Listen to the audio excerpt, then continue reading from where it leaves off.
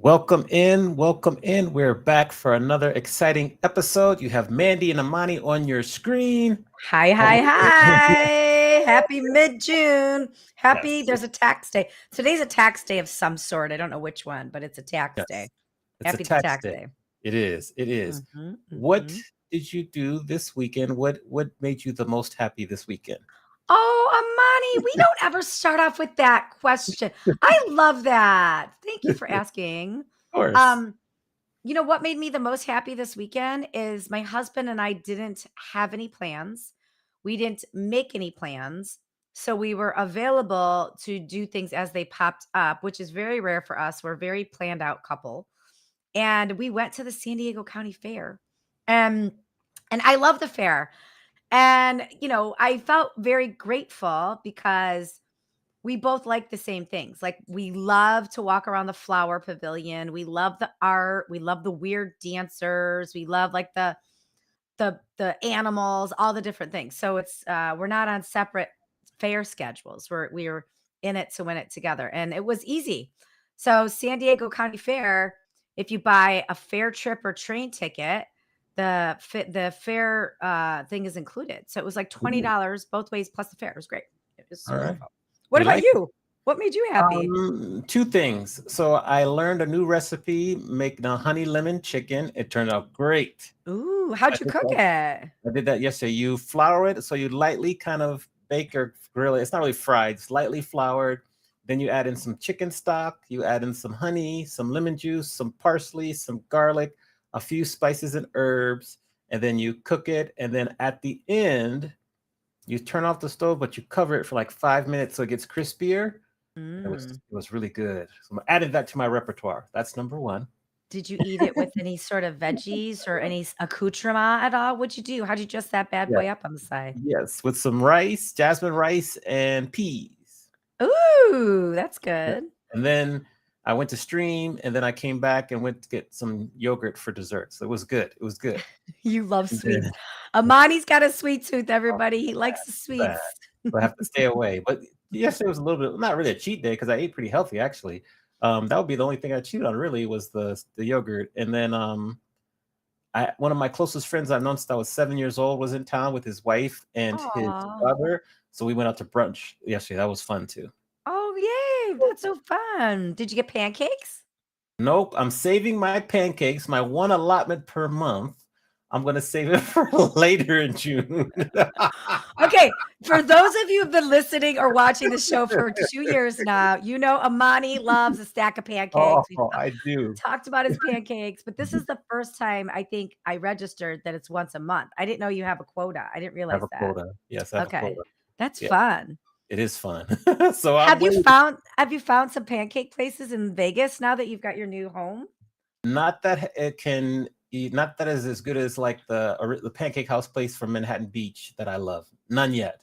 Okay. Well, if you're listening or you're watching and you've got pancake recommendations, spots to go in Vegas, please let Yes. us know. We've got to That, get Amani back on we've got to give all him a list. all the breakfast places. Actually, I love breakfast places. So yeah, Okay. that's my jam. Now we're gonna have a very interesting episode today. I'm quite Yes. excited. Got the questions ready. Why don't you introduce our guest? We'll bring her on screen. We'll give some round of applause, and then we'll get right to it. Okay, I'm so excited about this guest. She's the founder of Dawn of the Earth. She's a somatic breathing expert. She's the Breath Initiative member with the Global Wellness Institute. She's an account manager for Elevated Meetings and just a general amazing speaker, amazing breakout leader, and an awesome human. We've got Sepideh Eivazi joining us today. Yes, Seppi is on your screen now. We're going to give her a round of applause. Hi, Seppi. Hi. Welcome. So Yeah. special to be here with both of you. Thank you for the great intro and all the love. Well, Amani is wearing the shirt love. So I am entering this conversation that I would be giving and receiving a lot of love. Yes, you will be. Aw. Yeah. I want Well, to start there with you really quick because you are the queen of setting intentions. Every time I've interacted with you, you set an intention of your speech or just of a conversation or here today. So, two-parter. Why do you believe setting intentions is so important? And what is your intention for this session today with us? That's a beautiful question. I do practice a very intentional life. And the reason is because that I believe in awareness and living consciously. And intentional conversation, it brings people together that we just go deeper in a conversation and we're able to, besides like asking, hey, how are you? What's your name? Even in networking opportunities that we get, we go to all these receptions, it's amazing to know them and know their dog's name and cat's name and their kid's name, but there is always a deeper place for all of us that we can become connected and create deeper connections with one another. Great example of like I just finished this retreat with Caesars Entertainment that it was a wellness retreat. And in every session that I've conducted with emotional freedom techniques and somatic breath work, I took a minute and asked everyone to connect with one another and share their intention. It creates a community, it brings people closer together. They get clarity also that why they're sitting there or why they're connecting in that space. And the level of consciousness that it creates in that platform is always so rewarding, knowing that I'm here in this space, for example, with both of you. Number one, to receive love and to give love and share my medicine and message that I've been working so hard to create this wellness platform and merge it with hospitality. It's beautiful. okay. Yeah, we love it. We love it. Now, my question, one of my many questions for you is if there is one herb or spice we should add to our daily routine as soon as possible, what herb should that be and why? Ooh, yes, Samani, it's a good one. So when it comes to herbs and spices, it's also such a personal connection with these herbs because there are some people that they have allergies. So when it comes to curating custom-made tea blends, the first question I ask them, I understand, I try to learn them through conversations. All the tea that I create, it's the custom-made ones.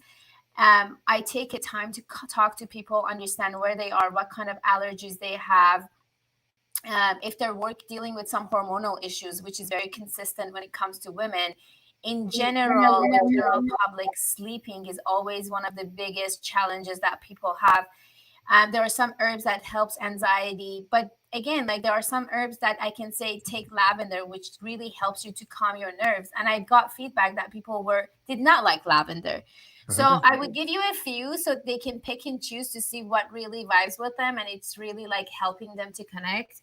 I use a lot of sage in my tea and when I curate the tea because sage has like cleansing property and it cleans your liver and it detoxes all these heavy metals that we carry in our bodies. In result of that, when we have a lot of heavy metals in our body, our brain feels foggy, we feel like we're not balanced. So sage is very beautiful in regards of like cleansing your body. So I merge this sage sometimes with lavender, because lavender, in one of the curation that I make, lavender helps with relaxation. So not only they can just nurture their body with some cleansing, but also they can have this incredible midday drink that it helps them to relax. And chamomile is a beautiful property when it comes to sleeping. And I use this herb that it comes actually from Iran. I work with this local farmer in Iran, and it's this is specific herb. It's designed for insomnia. So I combine that herb with chamomile. It's called lavenderia. It has like some properties that it comes from the lavender family. When I combine these two, a lot of time I get a lot of feedback from people that they've had sleeping issues, and just being able to drink the tea before they went to bed, it helped them to sleep better. Mm. Okay. There you go, Monty. Can we? Because that's one of my goals, to improve sleeping. So can we buy this lavenderia from you? 100%. I would make you a blend. Let's Okay. have a talk after this show. Yeah. Let's make Re- it happen. I'm ready today. Can you send it Federal Express so I can start to sleep tomorrow? No, just kidding. Amani's tired. He's exhausted. He needs this lavenderia stat. Yes. Also, we got to say hello to Sarah Reuter. Hope I said your name correctly in the chat. She says, "Yay, Seppi." Why don't you? Because I know both Mandy and I are wondering. Tell us how you came up with the name Dawn of the Earth. Dawn of the Earth was born during COVID. And my background, I'm Iranian born and raised. And when COVID happened, and as you both know, events, hospitality was going through a really hard time. And I sat like confused, lost, disappointed, scared, all of the above. And thinking to myself, do I choose to be a victim to my environment, or do I want to create something that is purposeful, eco-conscious, and can make an impact globally? So there were three things that mattered to me. So I said, what's my next? What do I know best? I grew up in Iran. I grew up around herbs and tea my entire life. And there was always a gap just moving to the States, that why the East and West are not connected. The Western medicine is amazing. East has so many wisdom and all these beautiful properties that we can introduce and help people with their health and wellness. So I decided to create Dawn of the Earth to merge East and West. So Sepideh, which is my full name, it's a name in Farsi. In English translates as dawn. And I named my company Dawn of the Earth. And my sister is an artist in France. So I called her up. I said, design a logo for me. And she designed this beautiful logo that it has like a saffron flower on top, and it has all these beautiful herbs and properties. So that's how it was born during COVID, with all these stories behind it, because I'm the whole story, because the stories inspire others to connect and feel supported. Also, the letters that I get from all these farmers for me supporting them global, they write it in their own language. Sometimes I have to find translators to just read them for me, but it's so touching and moving. I'm collecting all of them. I want to make a collage. All right. Great. Powerful. Go ahead, Mandy. Well, I want to hang here a little bit with your upbringing in Iran and coming over to the United States. So I have a follow up already in my head of something you had mentioned before, but could you just share a little bit about how long you were there and what prompted you to come to the United States? Thank you for this question. This is also a practice for me to open up about my journey. I moved to the States when I was 20 years old with my younger sister, who was 17 at the time. And it was a very difficult decision because we were both so young, and we were very close to our family and our friends. And that was one part of like how I lived, all these emotional attachment, all this love, and this is your life. This is all you know at the very young age. And Iranians are not very accustomed to just let their kids go when they are 18. They want to keep them forever with them. So for me, I was really struggling at the very young age, living in a country that it was extremely suppressed, and it's a male-dominated society. Women, they are very limited in the choices that they make, and from the young age, I was having a very difficult and challenging time to be able to express myself. And as I got older, I really made that decision to leave because I knew that I wouldn't be able to live my true authentic self and be able to be expressive and create all these things that I always dreamed of. And I took a leap with my younger sister. We moved to Las Vegas. That was the first place Mm-hmm. that we landed. And she moved to San Francisco, continued her journey with art. She lives in France now. And I stayed in Vegas and continued my life. I went to school and then I started looking for hospitality and, I entered the world of hospitality. So it's been amazing. It's been painful. It's been hard. It's been rewarding. It's been inspiring. I mean, I had to reinvent myself in a new environment. I didn't even know how to open up a bank account. I didn't Mm-hmm. even know how to buy a car, like all these basics that people are born into. I had to just learn from the ground level and supporting someone who was 17 and I became a parent at the age of 20, supporting Mm-hmm. her life. But now I'm 38 now. Now that I look back, I'm just so proud of myself. I mean, just the courage that I had at that age, I mean, it's just unbelievable. I love that girl because she just believed in something greater than her, and that drives me. What an interesting time to come. So this is 2006. Did I do that fast math the right way? What an interesting time to come to the United States because we were flying high in the United States. The business was booming. And then quickly after, right, 2 years later, it crashed. But what jumped out at you as soon as you came over here as something that you didn't expect about the United States or maybe even about Vegas? I think the biggest thing for me was community because when you're so young and you enter a new culture, not only like a different continent basically, that their lifestyle, their vision, their habits, their practices, their traditions, everything is different. But I came here with this like big dreams thinking that I would just enter college and I would start making a lot of friends and I would build my community. And that didn't happen because I moved to a place that nobody knew where Iran was. When I was telling them I'm Iranian, they were thinking that it's somewhere close to Mexico. Mm. They were thinking that we ride camels. There were so many Mm. questions that in that space I was not received. Thinking that I would enter this place because Iranians they come with a lot of hospitality. If you go to Iran and walk in the street and they know you're a foreigner, they would just treat you like a king and a queen. Like hospitality is part of the culture, no matter who you are and where you come from. So I came here with all these stigmas, so many Mm. labels, judgments. People watch a lot of TV, and there were like 9/11 also happened. Like the Iran was really labeled, and media was really talking negatively. And I'm not saying they weren't right or wrong. I'm just saying like there is a separation between governments and like the people that they live in these areas. And I was totally profiled to be what they were seeing and hearing on news. So I had to learn first how to be at peace with that because it was very hard. And then the next level of my growth happened when I started taking a role of like becoming an educator and communicating people with people about my stories, like our traditions, like all these amazing things that Iran has a very rich culture from many, many years ago. There's so much traditions, like all these wisdom of medicines, poetry, art, creativity, like cooking. There's so much more to all these like horrible negative things that we watch in news. And I decided to become that role model to help people to see the world differently and just learn through the culture, through all the practices that I've created for me.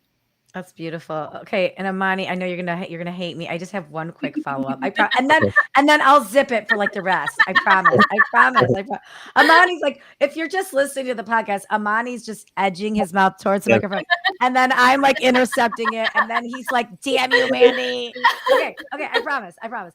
Okay, Seppi, you talked about you had to figure out how to buy your own car, how to open a bank account, and I've seen you interviewed before where you talk about the financial wealth, the financial health of an immigrant, or you talk about feeling shame that you didn't know how to do this stuff financially. And it took you a while to be like, why would I know how to do this? Of course, I don't know how to do this. And I figure it out. So, can you just share a little bit of that adventure with us of like the financial part of it and reassuring people that it's okay not to know some of this stuff. You'll figure it out along the way. It was a very interesting journey because, I grew up in a family that my father is a perfectionist. Like, you have to know everything, you have to show up, you have to know it all. And when we wanted to move to the States, we had to write a letter to him and Mm. explain why we're choosing to move there, what's our intention, like who do we want to be. And Iranian culture, you're going to be like a doctor or a lawyer. And I told him I'm going to be a lawyer because I wanted to move so badly. So that characteristic, I would say, like, it just followed me because I got that pattern and behavior from my father coming here and wanting to fit in. Basically, that's what it is. You want to fit in. And I didn't know how to open up a bank account. I didn't know how to apply for a credit card. I didn't know which bank I need to choose. But I held everything inside because I was already struggling to be able to find friends. And I didn't want to tell them, I don't even know what bank I need to choose. So for a very long time, I suffered and I was not making healthy decisions with my finances because I was simply embarrassed to ask the questions. And as I grew, as I expanded, I've learned to I started hearing some more people talking about like books and, resources. So I started like learning about that. I remember the first one was with something Ramsey. I don't remember his first name. That he was just creating content about finances, and I was like, wow, this is great. And I was downloading everything. I think it was 2 or 3 years in. What credit card to choose, how to invest, what's your 401k. For the longest time working at MGM Resorts, I didn't understand that how 401k could have like helped me. I had mentors along the way that they were pushing me. You need to be on 401k. I had zero concept of 401k. I Mm. didn't know what it was. I'm like, why do I have to give them money? So it was a lot of shame. It was a lot of unknown and me not feeling comfortable to share. Now I feel educated more and more. I'm still taking courses about money because I learned that there are people that they're born in this country and to the system and they're still not educated and they don't know so Mhm. many things about finances. And me again, like always shedding the light, learning from my own obstacles and adversity. Like I talk about it now, like whatever that I learned when it comes to finances, especially like being a business owner, there's so many ways to just be able to benefit. So I share my resources with others. That's how others start like opening up. That's awesome. So Dave Ramsey is who you're speaking about. That's his name. Yeah. Okay. When you moved to Las Vegas, besides going to school, what did you do to get educated on like being in America, the culture, and learning the language and all those things? The first job that I got, I worked at Panda Express. And Oh. my No. English was so broken. I mean, it was good enough to just understand, but it wasn't fluent because, I learned English in Iran and the accents are different. I mean, I was traveling to the States back and forth when I was younger, but I never had to like live and just figure out life and have conversations. So the first time my manager gave me the mop, and he was like, "You need to mop the bathroom." I'm like, "I'm not gonna do that," and he was like, "You're gonna get fired." And I went to the bathroom and I started crying. Like this is how naive I was. I was so naive. And I started crying and I'm like, what did I do to my life? Why did I choose this path? Like literally, I was 6 months brand new and wanting to be elsewhere because that's why I came. So these were like humbling experiences for me to really like learning that these are like policies and procedures, there are protocols, there are customer service. Like I learned customer service in Panda Express and just learning their manual, understanding their health codes. Like every single job that I took, it just led me to a different stage of my life, my expansion. And I'm very grateful because every time I look back, I met so many people that they held my hand along the way. Like it was impossible without these people and the support that I received. Okay, so how did you end up getting your first job with MGM? Because did you were you at Bellagio first? Or were you at MGM first? You're at Bellagio Bellagio. first. So how did you go? I know you probably did you go from Panda Express to Bellagio, or how did you get that transition? How did you make that transition? So I was living in this apartment complex, 6 months in Panda Express, getting trained to be an assistant manager because I learned everything. And they were ready to promote me. And my manager from that apartment complex sent a letter to me and said, come to the office. And I was working a lot of the hours because I was going to pay for my school.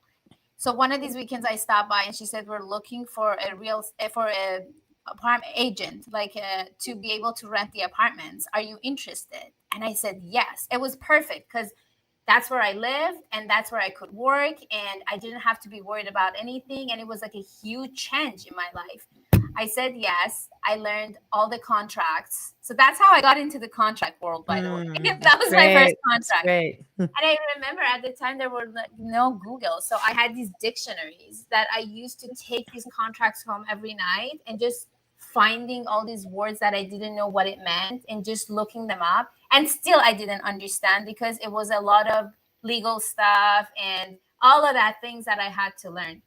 Anyhow, like along that way, this woman who was my manager at the boss, she just changed my life. I worked for her for 3.5 years. She helped me to finish my education. She was my biggest support system.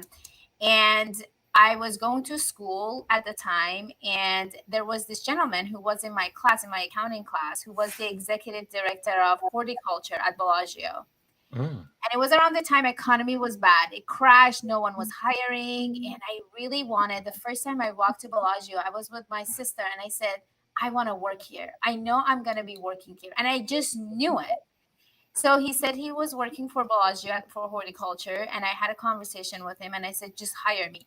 Knowing that I didn't even know what horticulture meant. I had Plant. zero idea. I'm not exaggerating. They Mhm. interviewed me. They asked me a bunch of questions. I answered them. And the next day, they're like, come in and get your uniform. And I'm like, uniform?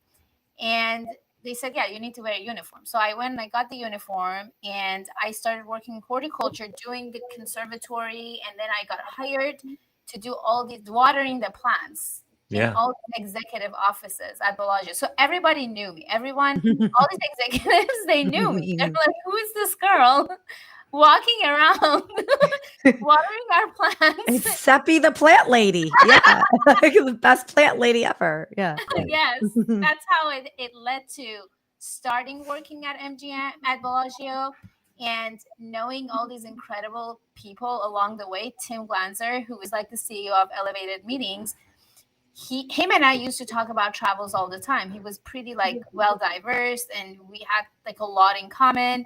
One day he called me up. He's like, I'm looking for an assistant. Are you interested to work with us? And then he hired me as his own assistant. And then I started getting promoted. And it was an amazing journey. I was the employee of the month at Bellagio. I got nominated to be employee of the year at Bellagio. I really flourished in that space because Mm. I had many mentors that they believed in me. They supported me. They were just part of my path. They made me a better human, a better leader. It was very humbling to just receive all this support. Mm. Mm. Great story. I mean, go ahead, Betty, because I got to think because I follow up, but go ahead.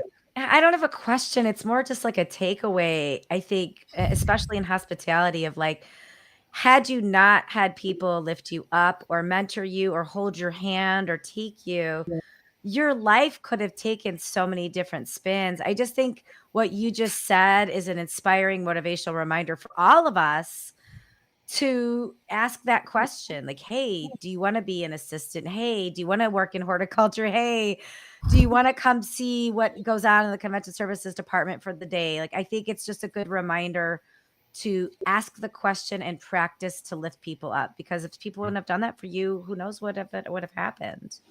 Yeah. And there is so much. So the fact that these people they were willing to go outside of like what they all knew and taking the chance on me, like I always look at it like it literally put me in a place that I'm always looking for other people so I can give back to them the same way that they have given back to me. Because Mm. I understand the way they showed up, how it lifted me and changed my entire life. And I'm always like open for people to show up so I can hold the same space for them, because like I said, we're always better together. I really truly believe in that. I've Mhm. experienced that many times in my life. Like right now, my parents, they're in Iran. I don't have a family member in the country at the moment. And it's my community that I know that they're holding the space for me and just making me feel safe, knowing that if something happens to me or if I need help, or even if I want to travel with someone and just have a good time, I have my community that I can tap into and not feeling lonely. Hmm. What inspired you to then go from MGM Grand to then go out for a smaller business? Because then you became director of global accounts at Elevated Meeting. What was your inspiration and reason for leaving? I'm a curious learner. That's how I see myself. So doing operation and doing convention services for a while at Bellagio, I walked into Tim's office and I said, I want to go learn the other side of the business. I want to learn like what this business is all about. So I went to MGM. I started doing convention sales, and at some point along the way, I felt that I learned what I needed to learn from my leaders, from my mentors, from the business. And Tim, at the time, he was opening up Elevated Meeting Solutions. We were in communication.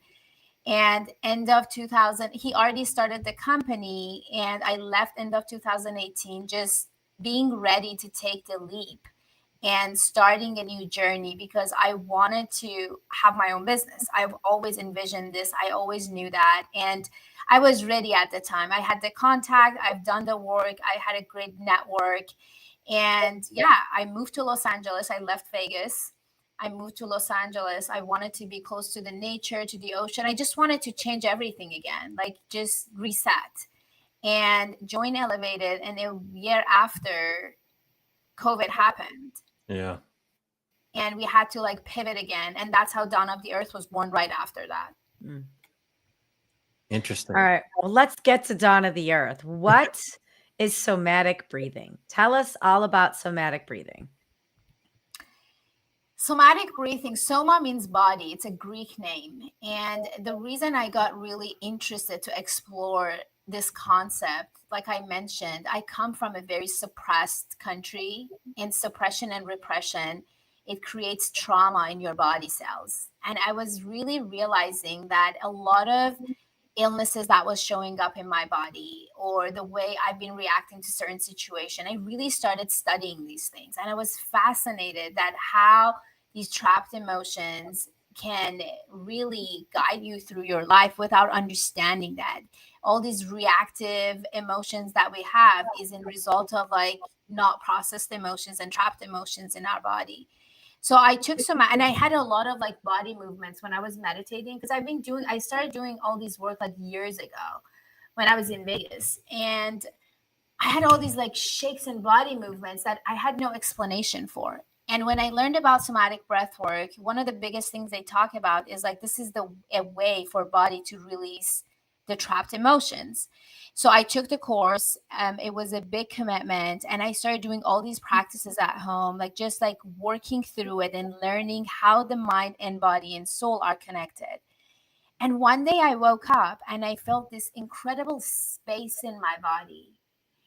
I felt so light. I felt like everything was gone, like all this heaviness in my Mm. body, in different body parts. And we hold that in different areas of our body. It can be layers and layers of information. Even when you're just in your room and the mom is like having a stressful time, we're, we started at that point, like just absorbing all this information in our DNA, in our body. Some of them is not even us, it's just being transferred to us through different generations, our environment, all of that. So I was like, if this can help me with all these traumas that I experienced. And also, when I was born in Iran, it was during the time, the war between Iran and Iraq. Hmm. A lot of fear and scarcity in that area when I was so little. We were hiding in the basement. There was so much trauma in my body from that, because you're 4 years old. And how do you process that? What is going on? So it was a lot of fear. It was a lot of like my body was constantly in fight, flight, or freeze to protect me. But I didn't need to be protected anymore because I was in the safe environment. So somatic breathwork was a very beautiful way to bring me back home, to connect me to my own inner medicine, to my own inner compass. And it really inspired me to share this with others. And I'm so fortunate because the level of feedback that I get through my work is just, it just moves me. It's like beyond me. It moves my heart. I really do this from the bottom of my heart. And my intention in every session is to create that breakthrough for others. But one thing I always tell them, I can't make magic if you're not open. Hmm. You really need to be open. You really need to wanting this so badly to make a difference in your life, and the magic happens. Now, my follow up question to that would be, how can conscious breathing cultivate a sense of self awareness? So the whole concept is about interrupting the automatic. If you notice yourself and observe yourself for like 2 hours, you're literally living on automatic. How many times you're driving from a destination and you're just sinking in your thoughts and you're like, oh shit, I got home. It's just the automatic. We're like living in a hypnosis state. We are not living consciously. We are not breathing consciously. So it's not only somatic breathing can do that, like even adding small practices in day-to-day basis can do that. Like for example, I started brushing my teeth with my left hand because I'm right-handed. So when I'm in my automatic, I'm brushing my teeth and I'm thinking about my email and call and this and that. But when I'm doing it with my left hand, I'm literally breaking the automatic in my nervous system. It requires more attention. It requires me to be present. I started adding all these little nuggets along the way. Or even like when I'm washing my face, I use cold water because cold water, it activates your senses. It just helps you to just wake up. And even cold showers, that's another one. Like every time I want to in my shower, I just stand in cold shower and I start breathing. It resets my nervous system. There's so many practices that we can incorporate that with breathing, that like we learn how to live consciously, but we need to incorporate practices and habits in our day-to-day also. Can can we take like 30 seconds? Can you put our audience and us through a super, I know it won't do it justice because I've done a session with you. It won't do it justice because the sessions are an hour and they're amazing. But like, is there a little taste you can give all of us really quick, just for like 30 seconds? Absolutely. One of the things I want to actually teach the audience for like a quick nervous system reset, which Andrew Huberman also talked about that. It's just being able to do double inhale. So you double inhale, you hold, you stay with this as long as your body can. And when you're ready, you release and let go of that air from your diaphragms all the way. So the reason this quick reset is very powerful is because that when we're putting the body from through somatic breathing, we put the body from sympathetic to parasympathetic. What does that mean? Sympathetic, when we inhale, we put a lot of oxygen in our body. And when we put the body in parasympathetic, we're able to release the trapped emotions from our body. Double inhale, it activates your brain, it brings more attention to your brain. And also, when we are where we are doing double inhale, the body automatic, the unconscious body thinks, I have to let it go because I can't breathe. I have to let it go and I can't breathe. But the double inhale, number one, it teaches your brain and your body that you can hold more than what you think you inhaled. We have more air that we can inhale. Because again, when you're in shallow breathing, you inhale just a little. But when you double inhale, you're just maxing the amount of oxygen that you can enter to your body. And the more you expand on the weight and just stay with your body to wait longer, you teach your body that it's not dying. It doesn't have to protect you. It doesn't have to be scared. It's not in danger and you're safe. So we're going to do this practice together. I'm going to walk you through that. Double inhale, hold, hold, just stay with it. Eyes closed. Where in your body you feel all the tension, You feel like there's so much tension. Is it in your neck, in your shoulder, in your chest, in your hips? Release and let go. It's also being present to your body. Your body always is speaking to you. Your Mhm. body literally tells you where you're blocked. I And Yeah. love then your that. breath shows up and clears that. I mean, this is amazing. We got to So do the work though. This is what I tell people. You got to do the work. It's not like one session and say nothing happened. Your people are different. They come from different backgrounds. Your body needs to feel safe in order for the body to say, "Yes, I'm open to this." Because if you've experienced multiple negative experiences that the body did not feel safe, it takes a moment for the body to trust, because the body cells, trauma stays in our body cells. The body remembers all these experiences. So first is like curating a container for the body to feel safe, and how we hold ourselves in that space. So it's all like small steps. Consistency is so important. It's not a pill you take and the next day you're like, oh, I'm just breathing consciously. You got to practice this. I practice every day. I wake up every day. I do breath work. Every night I do breath work. I do tapping. I do different things to help my body. And to me, this is a big one. Wellness is not a trend. Wellness is not something, I'm not doing this work because I think it's cool. I'm doing this work because I'm doing it every day with intention, with consciousness, because I know this is a collective work. When I'm better for me, I'm good with me, I'm better with my neighbor, I'm better when I'm driving, I'm better with like my peers. In our hospitality, I'm not hiding my leads, I'm just sharing whatever I know, our resources. It just makes us better as a community. What is your favorite way of practicing self-reflection? Because you ooh. mentioned a few things that you do. What's your favorite way? I write every morning about 10 things that I'm grateful for, and every night about 10 things that I'm grateful for. And as much as it sounds cliche and it looks like so simple, I cannot begin to tell you how much it just shifts my energy. We're living in so much lack that I'm not this, I'm not that, I'm not doing enough, I'm not being enough, I'm not important enough. I'm like so much not being enough. And when I write about the things that I'm grateful for, it just brings things in perspective. It helps me to see the bigger picture. It helps me to celebrate my small wins, because it does matter to recognize all the baby steps that we're taking to create a bigger vision and bigger image. So for me, it's like being present. Like I'm grateful for you. You two are gonna be on my journal tonight. Ah, You will be, because I'm really grateful. And just like looking back that, I was able to be a part of this platform, it brings gratitude to me, because it does matter. This is another way for me to share my message. And I've known both of you for a very long time, being with like my friends, like it's amazing. So just taking all these little nuggets of gratitude every single day and embodying that, because gratitude has the higher frequency. When you feel grateful, you're mm, not envious, you're not mean, you're not angry. Like it has the highest frequency. Just feeling that joy in your body, teach your body cells to feel that abundance and not living in so much lack. That is my biggest, being grateful.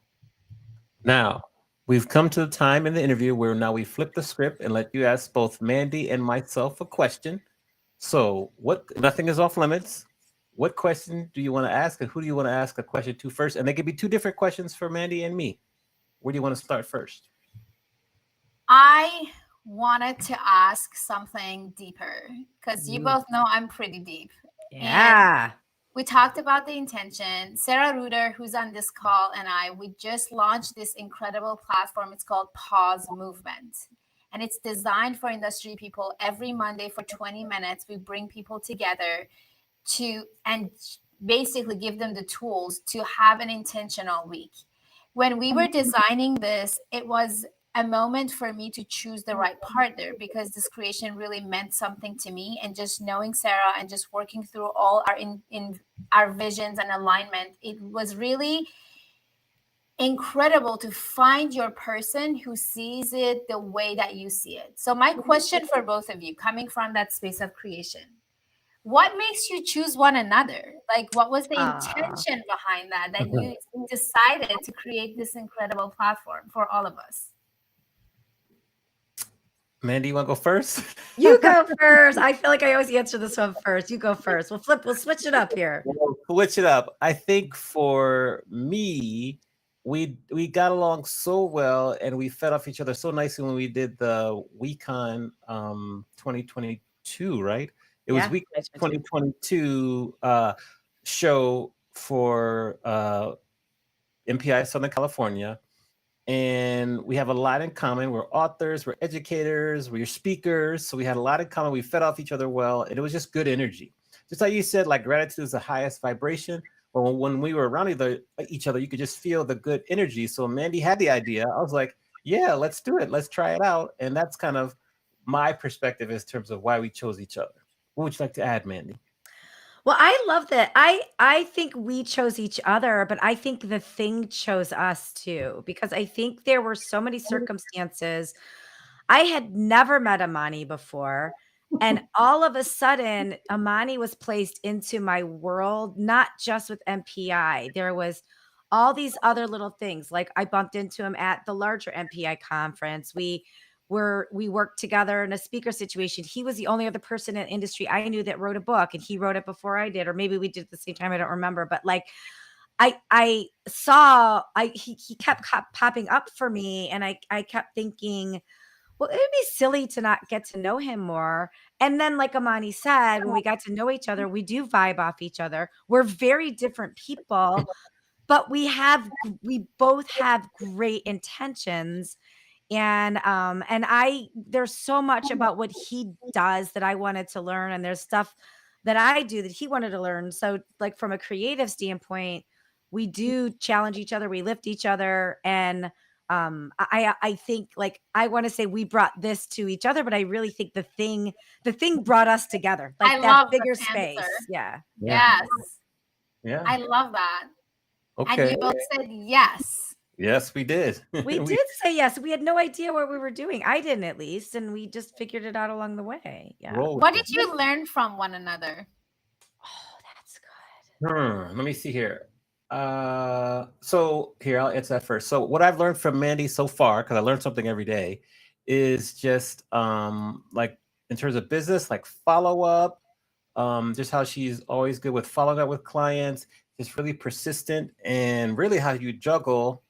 I'm gonna say like three different legit like professions. Like you have your HBN business, your speaking business, then you like your training business. Outside of that, so that's another thing I learned. And then we're going through a process now of hiring a podcast manager. Note, if anyone out there knows a good podcast manager, please send us a message. And just Medi teaches me a lot in terms of negotiating, getting things clear in the contract, setting expectations up front really well. How we don't want to like half-ass anything. We want to do it like all the way. And she has a vision and like about earning revenue from the podcast, and she's committed to it. And so we're taking the steps to make that happen. So those are just like 3, 4, or 5 things that I've learned. Oh, Mani, I love that. I love how much we give to each other, because like I look from a technical standpoint. Like when we first started this, I'm like, I don't have any I don't know what to do. And Amani was like, get these headphones, get this microphone, get the like we've been working on my lighting along the way. We've been working at, like, if I'm like sitting here, like you can't like I'm just even how I'm sitting, like, what I'm wearing. Like Amani's teaching me literal live broadcasting tips. And I mean, let's be honest, I've got the gift of gab. I can interview anybody and talk with anybody, and we can relate, but like there's a lot of polishing that I need help with. And Amani has really helped me along the way with that. But that's just the technical stuff. Like the other non-technical stuff I learn from Amani all the time is he is such a good friend and a good relationship builder. And I watch him interact, like some of these guests that come on the show, they've known him for so long. They've been through war and love and life and all this stuff together. And there's so much love between him and the guests. And I value that long-term relationship. Like I learn how to build a relationship, how to build it through kindness, how to build it through patience. And I'm not as patient as I can be, and I learned patience through Amani. But I will say the best thing that I learned from Amani is how to ask great questions, because Amani is an awesome researcher. Like, he goes deep into the bowels of information and pulls out a piece of information where you're like, oh, I hadn't thought about that. But it makes for a great show. Like, it's Yeah. so it's almost like I feel like we have a little competition of like, Yeah. how much research did you do? How much research did you do? And I appreciate that. I like that contest because that makes me better. I think that makes the show better. So I learn from Amani every text message, every email, every phone call. It's nonstop, but those are just some off the top of my head. Yeah. So Seppi, we want to go back to when you're 20 years old and you've just landed to live on American soil in Las Vegas. What advice would you give 20-year-old Seppi based on everything you know now? Everything is going to be okay. Aw. Yep. Everything is going to be okay. We live with so much worries every day and not thinking that it's going to be okay. And even today, I have to remind myself that everything is going to be okay. And the right people are going to show up, and the right situation is going to show up only when I'm in my consistency, in my integrity, and believing in my vision and mission. Everything else is going to work out. I'm I love okay. it. I Oh, love that's beautiful. What do you it. say to the naysayers? Like, Mm. there's a collection, because like I've seen you. You've spoken to C-suite. You've spoken to women leaders. You've spoken to construction workers, police officers. Like, there's this somatic breathing, this way of living life. It doesn't exclude any age or any profession or any gender. It really is for everybody. But there are some naysayers out there that'll be like, well, that's too woo woo for me, or that's kind of crazy. How do you disarm that? How do you remove that stigma of like, this is too woo woo? What do you say to the people out there that are like, I don't know, that's just not my jam? And it still also happens in our industry. As I'm doing all these active, speakings and sessions, there are still so many people that they're not open to that. So the first judgment that comes to Sebi, you're so spiritual. And I always tell them, if you're not breathing, you're dead. So I don't know how that makes me spiritual, but the breath is the beginning of the life, the first breath that we take, and the last breath is the ending of our lives. And having this inner medicine within us that can just create so much value, um it's a choice also. So I've learned a couple of things. Number one, I honor people where they are. I never, like, I in the past, I think maybe I was really in the space of like convincing them that how this can change their lives. And I've moved past that. I've moved past that. I'm just creating environments that people can share their transformative experiences with others, and it just attracts more people. Again, this is a grassroots movement that I created. Like, all these amazing things that you all do for me to give the voice to me so I can share my work. It's a way to communicate to others. I know there are people out there that they listen to this, they're at the right time, at the right place, that they're like, I want to try this. I want to be open to this experience. Because a lot of people are going through physical experiences also. This is not only like an emotional release, anxiety and depression and trauma. It is part of that. But a lot of people come to me and they're going through chemotherapy that they don't know how to manage that. So I just educate them. And the ones that they say no to me, as I've grown and expanded, I used to take it personally that my work is not good enough. I'm not good enough. I'm not doing this, and that, and whatever. All these narratives that we have about ourselves. And I really understood that the best form of love is honoring people where they are and just keep showing up for them and sharing the message. It's going to hit them at some point. When Mhm. they're ready, they would just receive the message. So Thank you. I got to shout out Sarah, who says, great question and sharing. She loves how Mandy and I compliment and value one another. And then on Facebook, Dawn Allison Reese say, so happy that Mandy mentioned about Amani and his relationship capacity. He has always been such a great guy ever since grade school. I've known Dawn since like middle school. So, Oh, So see, beautiful. Dawn, Romani will give you your $50 later. Look at that. It's perfect. Illustrated the point. We illustrated the point. did. What are you saying? So, Seppi, how can we best support you, promote you, and also can you share like how you've been able to take what you're doing and you're speaking to like C-suite level people on a consistent basis? Many other speakers would want to get to that point. How you've been able to do that? My community. The best answer is my community. Mandy is an amazing example. One of the first few opportunities that I've got, it was through Mandy. Mandy just called me and said, this is this opportunity that you can talk about somatic. And she just literally created that. And that was the beginning of my journey to come out and start talking about this topic. My community is my treasure. All these connections that I've had, it's not, and I'm sure Mandy can speak to that also. Even in our relationship, there's always a deeper connection. We might not talk to each other every single day. I support her work because I see her. I see her hard work. I see how she shows up in so many different platforms. So my community is my everything. And I'm very open to share my resources also. This is another way of giving back. I think it's not all about me. It's all about like building the community together, growing together. So anything that shows up, I offer my hand also because I want all of us to win together. That's my mentality. Awesome. All right. And how can we best kind of support you moving forward? What's the best like things to share and how can we further promote you? One of the best way to support us, I would love to invite everyone to join us every Monday, 10 a.m. PST, 1 p.m. Central Time. Sarah and I, we created this really amazing platform that we move our bodies, we breathe, we meditate. Within like 20 minutes, you get this reset. And this is a grassroots movement. We believe in our community, and hospitality is near and dear to my heart. So is Sarah. She's a corporate event planner also. And we're merging and incorporating health and wellness and events. Our main vision is to create experiences that take people in a deeper journey and adding some educational platforms that we talk about mental health. We talk about trauma. We talk about anxiety, creating that safe container. My goal is to talk more about like hormones, postmenopause, premenopause. This industry is with so many women that they're not educated. They come to me and ask for tea to help them with their hormonal issues. There's no education about that.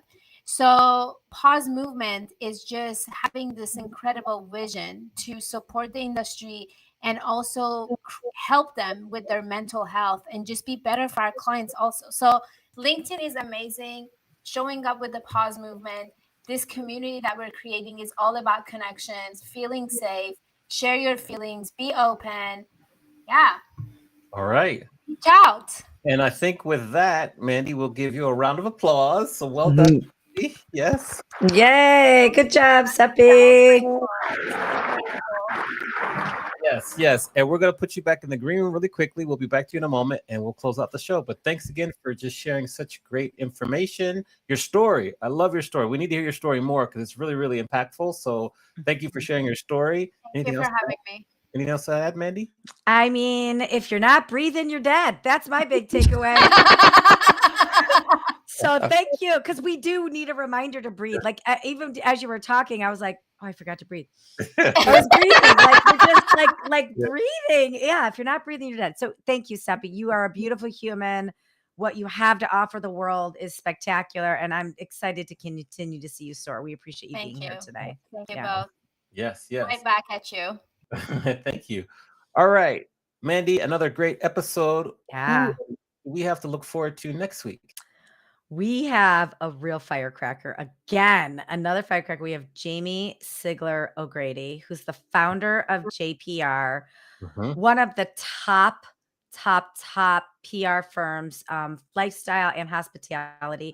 You very likely have stayed at a hotel, went to a restaurant globally that JPR represents.